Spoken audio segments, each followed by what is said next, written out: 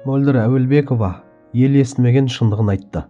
Әнші Мөлдір Әуелбекова жан сырын ақтарып, желідегі парақшасында жазба жариялады.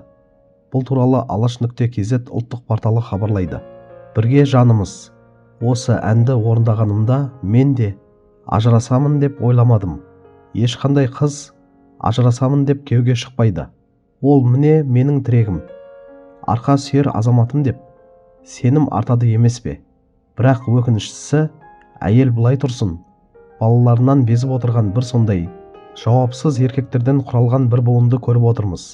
Иә, бәріне топырақ шашпаймын. Небір мықты азаматтар баршылық қой. Дегенмен жауапкершілігі отбасы түгілі, өз-өзіне жете алмай жатқан ерлер басымырақ болып тұр. Бұл біз өмір сүріп отырған өз қоғамымыздың қазіргі дерті. Отбасын құрбан ете салатын, жеме-жемге келгенде бәріне оп-оңай қол сілтей салатын ерлер. Біраз ой жүгіртіп жинақталатын кездерін келді. Қыздарымыз үшін, нәзік жандылар үшін, аналар үшін, болашақ ұрпақ үшін, ұлтымыз үшін, деді Мөлдір Әуелбекова.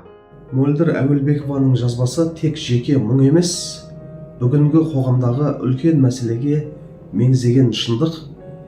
Ешбір әйел ажырасамын деп тұрмысқа шықпайды. Әрқайсысы осы адам менің тірегім деп сенеді. Бірақ жауапкершіліктен қашатын, баласына да, отбасына да қол сілтей салатын ерлердің көбейіп кеткені ащы да болса шындық. Әрине, барлық ер азаматқа топырақ шашуға болмайды.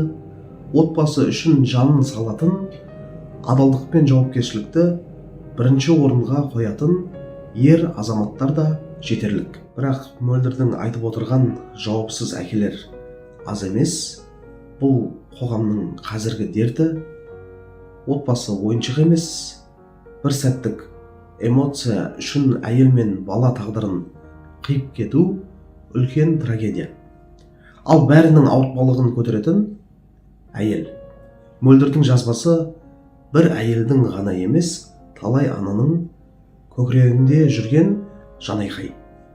Ер азаматтар, отбасы аманат, бала жауапкершілік. Әйелдің көз жасын ойыншық етпеңдер. Қоғам осыны ойланса екен.